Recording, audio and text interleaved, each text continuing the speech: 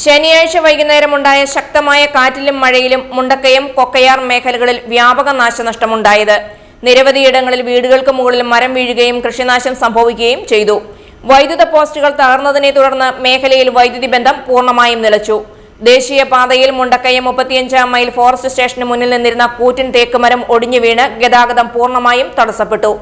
പാതയോരത്ത് park ചെയ്തിരുന്ന 2 വാഹനങ്ങൾക്ക് മുകളിലേക്കാണ് മരം പതിച്ചത്. കാറുകളുടെ ഗ്ലാസുകൾ തകർന്നു.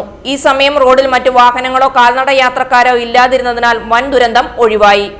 കൂടാതെ വരിക്കാനി ഷാപ്പിനും 4 സെന്റിനും ഇടയിൽ മരം വീണ് ഗതാഗതം തടസ്സപ്പെട്ടു. മുണ്ടക്കയം മേഖലയിൽ പലയിടങ്ങളിലും വീടുകളുടെ മുകളിലേക്ക് മരങ്ങൾ വീണ് ഭാഗികമായി തകർച്ചയുണ്ടായിട്ടുണ്ട്. കൊക്കയാർ പഞ്ചായത്തിന്റെ വിവിധ ഭാഗങ്ങളിൽ കാറ്റും മഴയും കനത്ത നാശമാണ് വിതച്ചത്. വെമ്പിളി ഭാഗത്ത് റബ്ബർ മരങ്ങൾ ഒടിഞ്ഞു വീണതിനെ തുടർന്ന് കൊക്കയാർ വെമ്പിളി റോഡിൽ ഗതാഗതം സ്തംഭിച്ചു. വൈദ്യുതി ബന്ധം നിലച്ചു. വൈദ്യുതി ലൈനുകൾക്ക് മുകളിലേക്ക് മരങ്ങൾ വീണതോടെ നിരവധി പോസ്റ്റുകൾ നിലംപൊത്തി. ഇതോടെ മേഖല പൂർണ്ണമായും ഇരുട്ടിലായി. ചെളിക്കുഴി, മരുതമ്മൂട്, വണ്ടൻപതാൽ എന്നിവിടങ്ങളിലും നിരവധി മരങ്ങൾ കടപുഴകി വീണിട്ടുണ്ട്. റബ്ബർ ഉൾപ്പെടെയുള്ള കാർഷിക വിളകൾ വ്യാപകമായി നശിച്ചു.